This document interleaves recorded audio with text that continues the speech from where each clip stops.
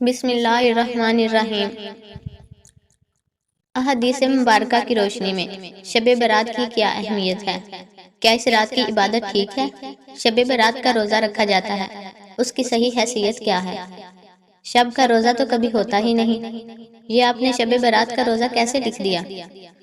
شب رات کو کہتے ہیں نا، شب برات جو ہے اس کو کہا گیا ہے اس لیے کہ ان کا خیال ہے کہ اس رات میں اللہ تعالیٰ بہت سے لوگوں کو بخشتا ہے۔ برات اللہ تعالیٰ جہنم سے ان کو گستگاری عطا فرماتا ہے۔ اس کے ضمن میں جو صحیح احادیث ہیں وہ صرف ایک ہیں، اور وہ یہ ہے کہ حضرت عائشہ صدیقہ رضی اللہ تعالیٰ عنہا بیان کرتی ہیں کہ ایک روز حضور کی میرے ہاں شب باشیکا کی باری تھی، لیکن میری رات کو آنکھ کھلی تو حضور موجود نہیں تھے، تو مجھے تشویش ہوئی، آپ کہاں گئے؟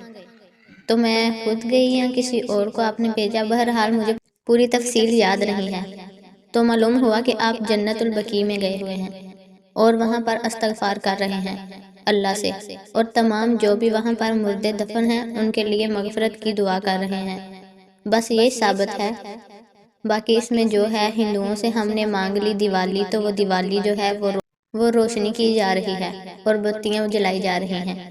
تو مختلف لوگوں سے ہم نے بورو کی ہیں چیزیں، جیسے عید میلاد النبی ہے، وہ ہم نے کرسچن سے بارو کر لی ہے، یا شیعوں کے قاضیوں کا توڑ کرنے کے لیے ہم نے بات بنا لی۔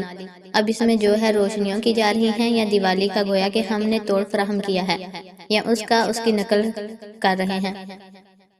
یہ چیزیں نہیں، البتہ نماز رات کی عبادت تو ہر رات میں بہت اعلیٰ ہے۔ چلیے اگر اور دنوں میں نہیں ہوتا، اس رات کو آپ کو کیونکہ حضور نے بھی استغفار کیا، خاص طور پر جا کر جنت البقیع میں، تو اگر آپ بھی کریں، نماز پڑھیں اور استغفار کریں تو کیا ہے؟ بہت اچھی بات ہے، اس میں تو کوئی حرج کی بات ہی نہیں۔ اللہ تعالیٰ آپ کو اور ہم سب کو سیدھے راستے پر چلنے کی توفیق عطا فرمائے۔ اگر آپ کو ہماری ویڈیو اچھی لگی ہو تو اسے لائک اور چینل کو سبسکرائب کریں تاکہ اگلی آنے والی اچھی سے اچھی ویڈیو کا نوٹیفیکیشن آپ کو مل سکے۔